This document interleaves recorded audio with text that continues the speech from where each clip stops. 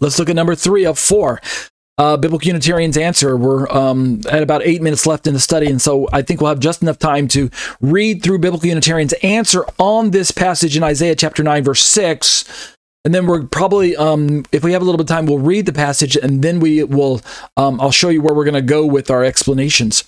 A clear example, they go on to say that the word translated God in Isaiah 9:6 can be used of powerful earthly rulers, right? Again, they're saying it doesn't have to be God, can also be humans, which conveniently for us, we Trinitarians don't disagree that Jesus is a mighty hero.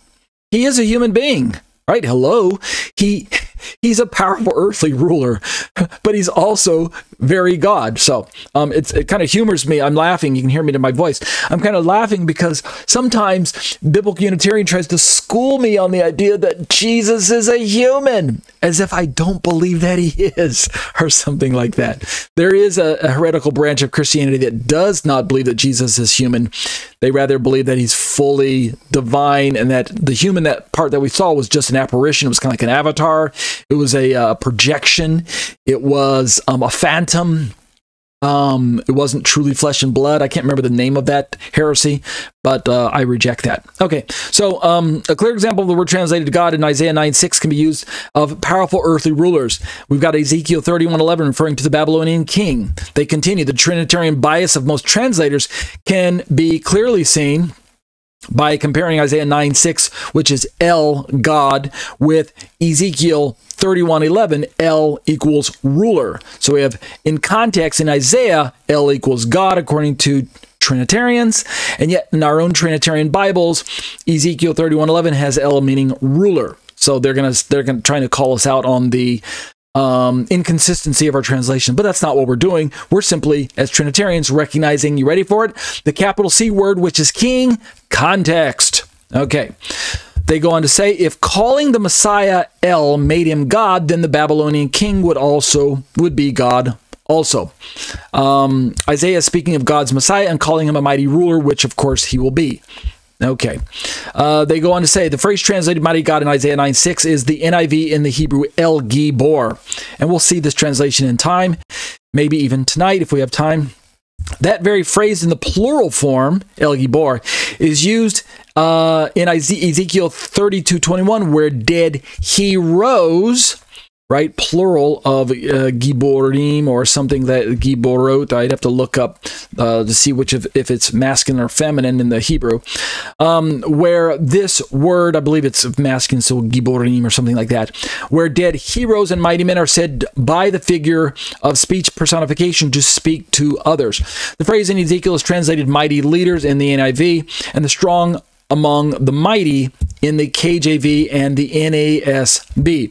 The Hebrew phrase, when used in the singular, can refer to one mighty leader, just as when used in the plural, it can refer to many mighty leaders.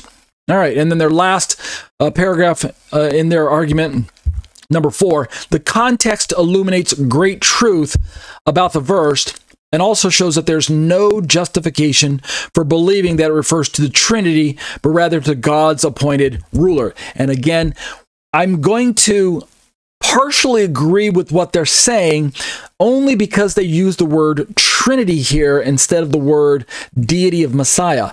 You have to be very careful when you're reading through counter-missionary and anti-missionary or anti-Trinitarian arguments against Trinity. Oftentimes they will try to do a little bit of switching around between terms without you being aware of it. Sometimes they'll say, Jesus is not God, and we reject that. And then elsewhere in their argument, they'll say, we reject Trinity. And so in our defense for Jesus being fully divine, we'll say things like, yes, we believe Jesus is divine, and then sometimes we'll say, yes, we believe in Trinity. So it's two arguments that work together, but they have separate details in and of themselves, where the word divine is one argument and the term Trinity is a separate argument, but they both work together to bring about the Trinitarian understanding. Well, here, Biblical Unitarian says there's no justification for believing that it refers to the Trinity. And what I'm trying to say is that when we look at the verse that we're going to be reading about in Isaiah, I have to agree. It isn't referring to Trinity. but it is referring to Yeshua's divinity. So, in other words, the Holy Spirit is not in view. There are quite a and even in the Apostolic Scriptures where it's not Trinity that's in view, but Yeshua's divinity is in view. And we have verses that are not triune in their nature. They're not triadic. They don't mention Father, Son, and Holy Spirit. They simply mention the two, Father and Son, which are the two more visible members of the Trinity, the two persons that are mostly described and dealt with in the Bible as a whole. Holy Spirit often plays a back seat, and he is often playing an invisible role that is not even given credit, except by context we can tell that there must be spirit activity going on. But up front, we don't have anything in the verse that indicates, hey, there's spirit activity happening or something to that effect. So the labels that the child is given in Isaiah don't seem to correspond to any of the labels that we would associate with the Holy Spirit, right? Everlasting, wonderful counselor, mighty God, everlasting Father, Prince of Peace. None of those titles seem to be connected to the Holy Spirit himself either. So when they say Trinity, I'm simply saying, yeah, that's true, but why would you have to say Trinity here at this point in time?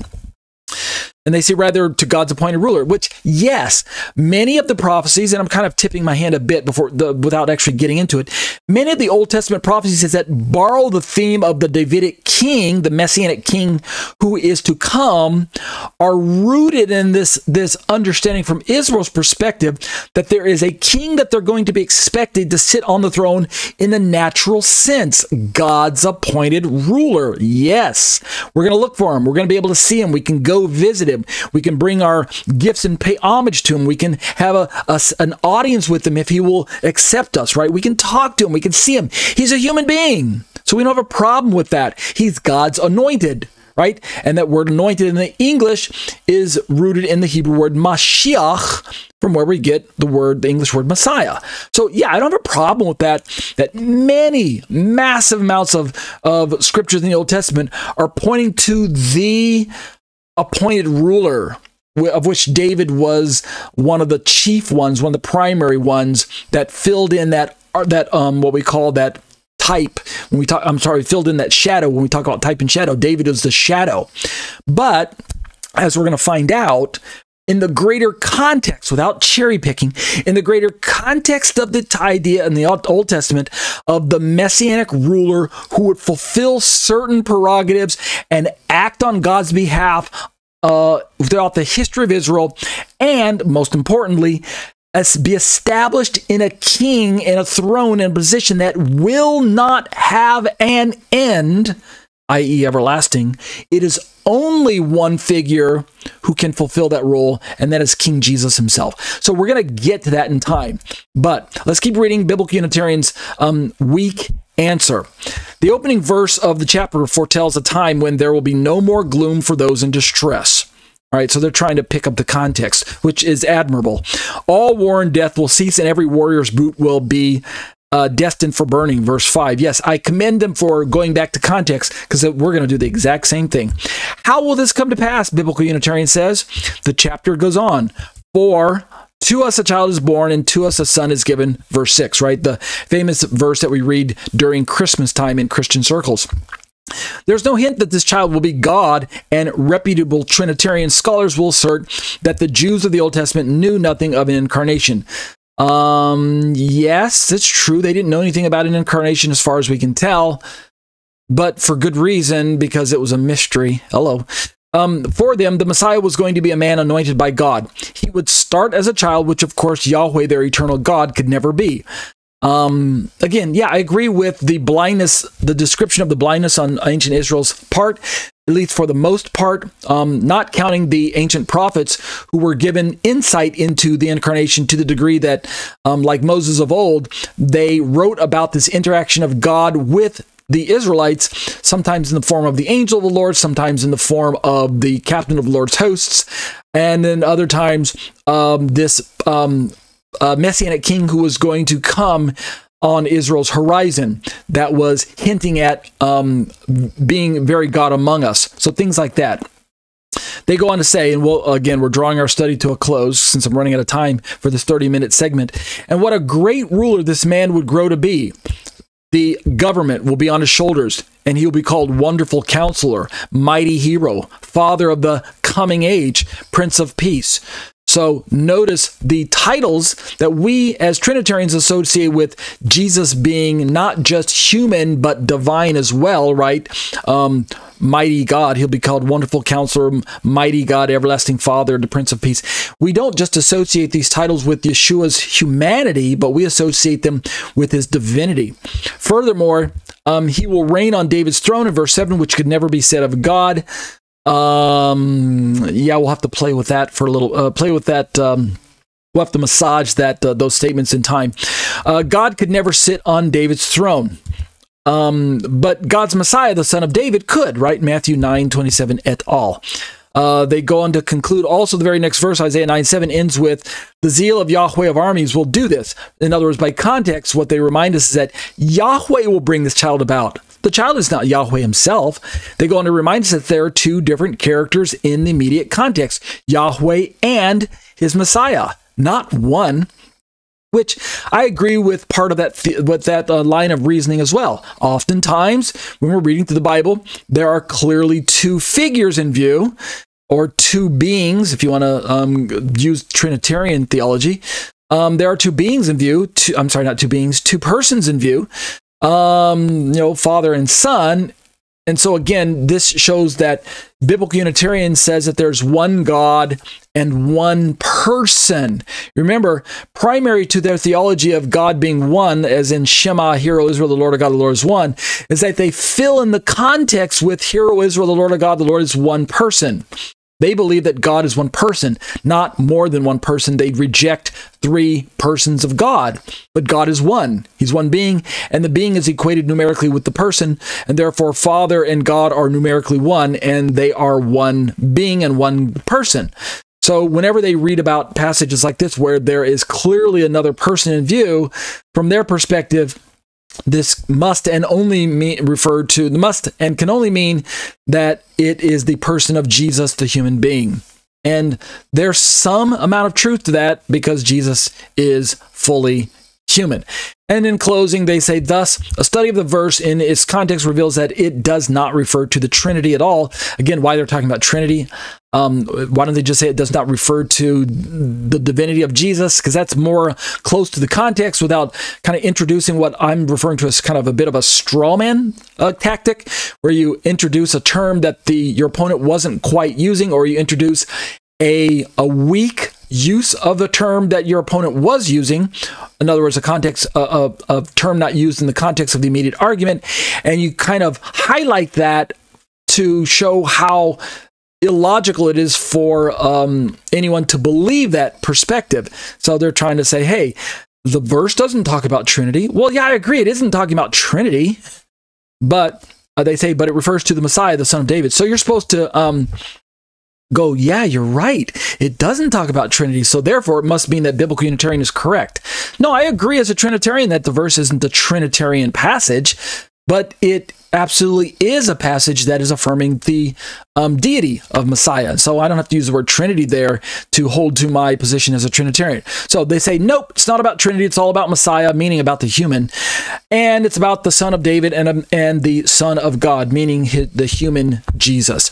And that's going to do it for their answer. So what I'm going to do just real quick is I'm going to flash through some of the tabs that I have connected to this particular study, and then I'm going to draw it to a close. In time, what we're going to do is we're going to read Isaiah chapter 9, the first probably 10 verses, I think, so we can gain the context. And we will focus on the verse 9 and look at some of the Hebrew. We'll even look at some of the Greek. Speaking of the Hebrew, we will look at that specifically next week, where we'll just examine the words, so we can make sure that we're understanding some of the nuances and the translations. And then speaking of translations, we will also, I didn't have the tab open, but we'll eventually next week also look at a variety of English translations and Christian versions, to include some of those ones that don't use Mighty God, but instead say Mighty Hero or something like that. Along the way, along our journey, we will definitely look at Judaism's translations as well. Right now in front of you, you've got the Revised Jewish Publication Society 2023 version of this verse, which in Jewish renderings, Jewish numbering is a verse earlier. It's not verse 6, it's verse 5. And so you can see on your screen, they do say mighty God, but they've got this strange, kind of odd, what's the word, paraphrase? They turn the names into a mini sentence. We'll look at that in time. We'll also look at their earlier JPS version along with some other Hebrew translations. We wouldn't do justice without looking at the Greek version of this passage using Greek.github.com, website of John Barrich, whom I've also been in email contact with to be able to use his resources quite extensively. He's got a translation from the Hebrew on top, as well as translations of both prominent versions of the Greek, the Alexandrinus on the left and the Vaticanus on the right, which is much longer. We'll look at both of those, as well as the English versions that John Barrich himself is doing. And then from there, we'll begin to look at some defense of the Trinitarian perspective. Remember, this is a Trinitarian response to biblical Unitarianism. And we're going to begin to defend the Trinitarian idea that these verses are, in fact, affirming the divinity of Messiah, who must have a kingdom that rules forever, and therefore he must be divine. And not just based on that alone, but based on other clues in the passage, and based on the wider context of Isaiah as it is cast against the other Old Testament prophecies about the coming Messiah and his kingdom. So one of the ways that we're going to begin to defend this is the idea that the Bible's already built. When we get to Isaiah, we already have this idea, this figure known as the angel of the Lord, and this will help us track with the Septuagint rendering in the Greek, which has kind of almost a very significant alteration from the Hebrew of the identity of the figure in Isaiah. Who is this person? It's actually, you're going to find kind of surprisingly, it's a bit rooted in something that goes all the way back to the angel of the Lord in older parts of our Bible. So we'll begin to look at that through the website resource of answeringislam.org first. Sam Shamoun's answer there. From there, we'll move to looking at the most well-known and probably well-respected Messianic Jewish apologist on planet Earth today. Certainly one of the most famous. I mean, he doesn't have to be the best, but he certainly is one of the more well-known and more respected, and that's Dr. Michael Brown himself, whom I've had the pleasure of having dinner with. When he came and visited our congregation some time ago, and he took the leaders out to, we all met at Pastor Mark's house, ate dinner, fellowshipped, prayed together, worshiped together. It was just great. He first taught at our congregation that Shabbat, and then he went to Pastor Mark's house, and all the leaders were invited. So it's it felt kind of like the Last Supper, where we had a private dinner with the prominent leader and got to pick his brain on everything. So he's just a great guy, a real mensch, which is Yiddish for kind of just an all-around good fellow, good guy, reasonable person. Dr. Michael Brown has a complete 5-volume set on answering Jewish objections to Jesus. We're going to utilize some of those materials as they show up in a different website here. You can buy them, by the way, from his own resources, thelineoffire.org, from the store there. But he has allowed them to be reproduced on various sites, and here's one that I'm going to utilize, where does Isaiah speak of the divine king or Messiah? The objection is that it does not, right?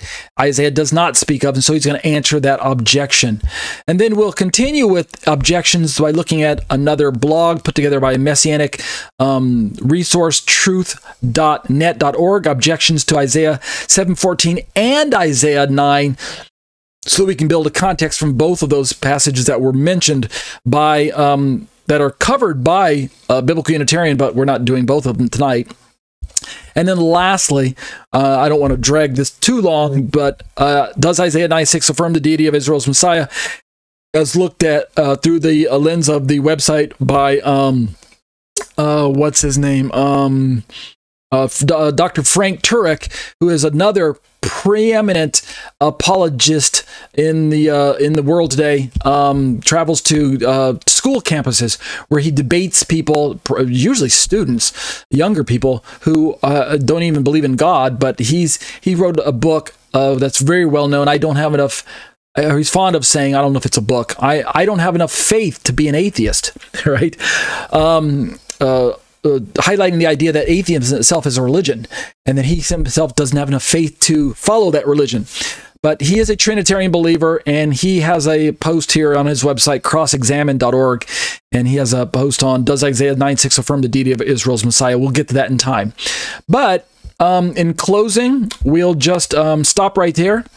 We're going to be looking at Isaiah 9:6 and start our journey out. I don't know how long this one's going to go. The last Proverbs one took 26 pieces, which 26 parts, which was at least a week for maybe a week for 2 parts, so at least 13 weeks, something like that. I don't mean to make these drag out so long. I don't want this one to go out very long either. I initially didn't intend for them to be so long. They were intended to be kind of short answers to Trinitarian objections, biblical non-Trinitarian objections answered very quickly, but it just turned out to be a longer type of series. So we'll see how far this one goes, but that'll do it for a Trinitarian response to biblical Unitarianism.